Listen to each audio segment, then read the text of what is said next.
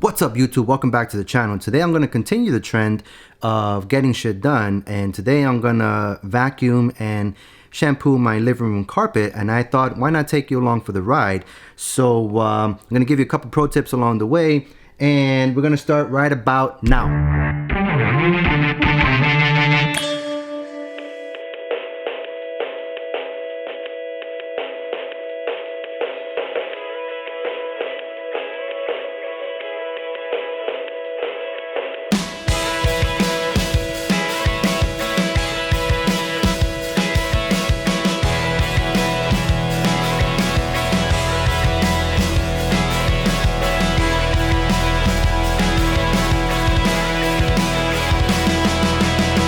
Pro tip number one, don't shampoo before you vacuum, because if you shampoo before you vacuum, you're just going to be creating a bunch of mud, because when you mix water with dirt, you make mud. And so make sure you vacuum really good before you shampoo, so that way you get the best clean you can get when shampooing your carpets. Let's get back to it.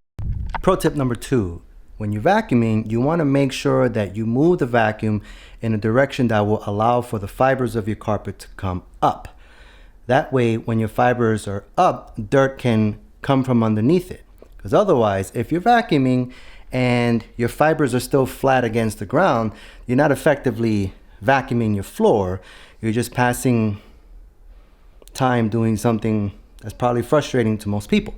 And so you want to move your vacuum in multiple directions on the same spot, so that way you're lifting the fibers up. If you see your fibers lifting up, you know you're doing a good job. You know you're vacuuming your carpets effectively. That's it. Let's get back to it.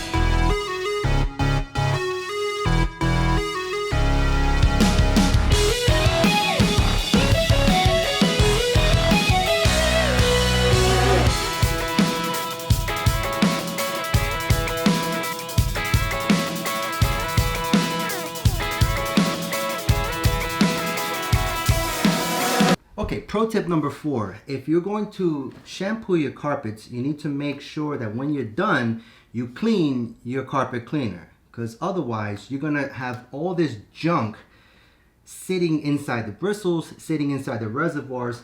And when you turn, which makes it so when you turn your machine back on down the road, it smells like holy hell. And so it's super important that every time you get done shampooing your carpets or shampooing whatever, you run clean water through all the components. A lot of these machines are easy to disassemble and clean up, and yeah, do that, guys, because if you don't, your shit's gonna be woofing, man. And now I have to take this apart and clean it. See this? This is just nasty. It's nasty, bro. Like, I ain't gonna run this shit through my damn carpet. I'm trying to clean my carpet. Gotta clean. Look at all this crud in here, man. This is gross. So, guys, you need to make sure every time you get done cleaning your carpets that you take the time to clean these bristles, clean these reservoirs, man. Because then, especially if you like renting these carpet cleaners, man, take a look at them before you rent them, because a lot of them be nasty. People cleaning, God knows what the hell they're cleaning with those machines that you rent, bro. You might as well. This thing cost me like 60 bucks on a Black Friday. Invest in your own shampooer, because, and man, be careful who you lend these things to, man, because sometimes people pick up some nasty shit. And it's, listen, it's not like, I lent this out and the person was like, ha, I'm gonna go ahead and I'm gonna pick up all kinds of shit with this and return it with all this crud in it. A lot of people just don't know, which is why I made this video. So now you know. Make sure you clean your shampoos every time you get done with it. Let's move on.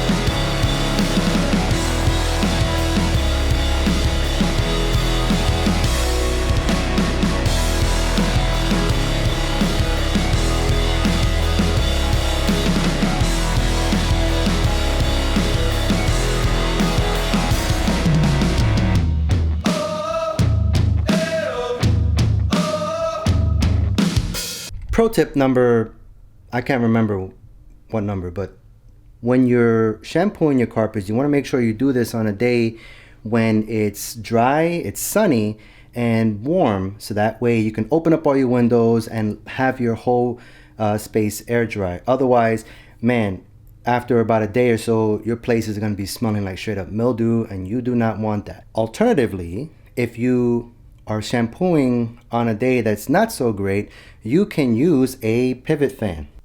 Now, pivot fan is great for all kinds of stuff. You can use it for drying floors, obviously. You can also use it in filmmaking, for wind effects. You can use it for photo shoots to get those flying air, hair in the air shots, kind of, what do they call those? Those Beyonce shots. And they're great for all kinds of things. It gives off strong wind, and it's perfect for drying floors. So we're going to use this thing today to dry up the floors ASAP. Even though it's a beautiful day out, dry, warmer and all that, I still want to get this floor dry as soon as possible. So if you want to dry floors on the quick, this is a better way to go for sure. Right, link in the description below where you can get a pivot fan of your own. There's a link to the same pivot fan I'm using today. It's a multi-purpose pivot fan. It's pretty cool, can't go wrong.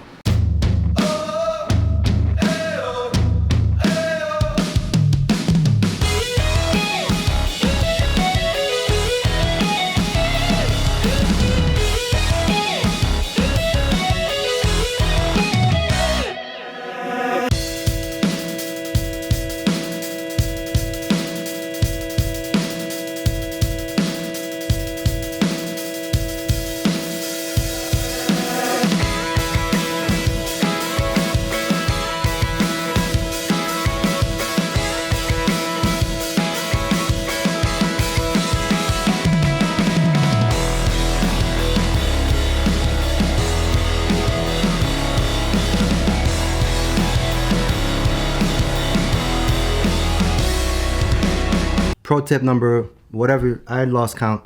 When you're doing low traffic areas that aren't really dirty, but you want it to smell nice, then you go do quick passes. You don't have to soak the floors.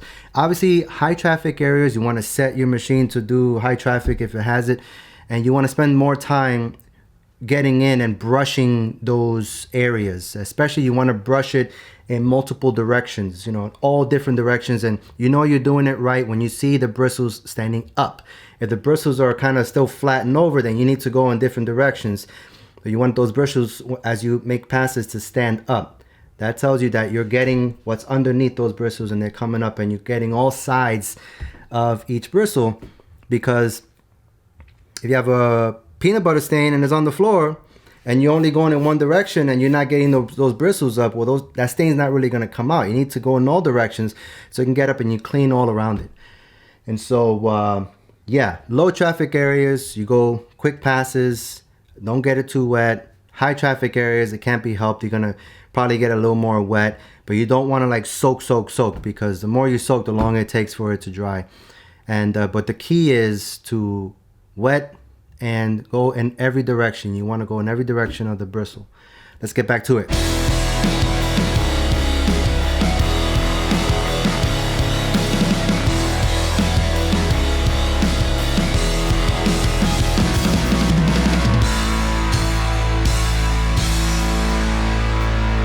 Holy shit.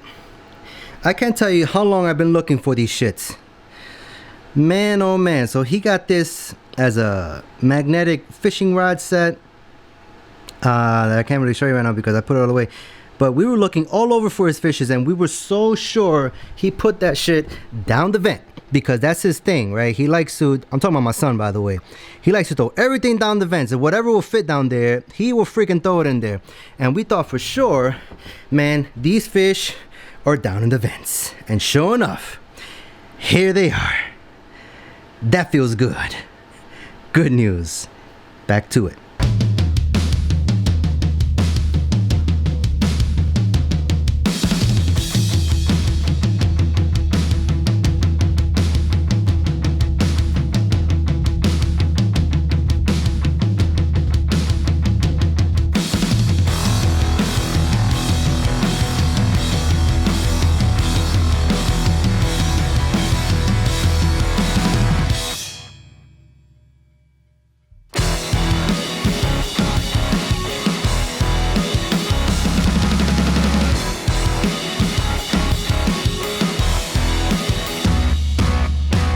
That's it. I am done with this shampooing project.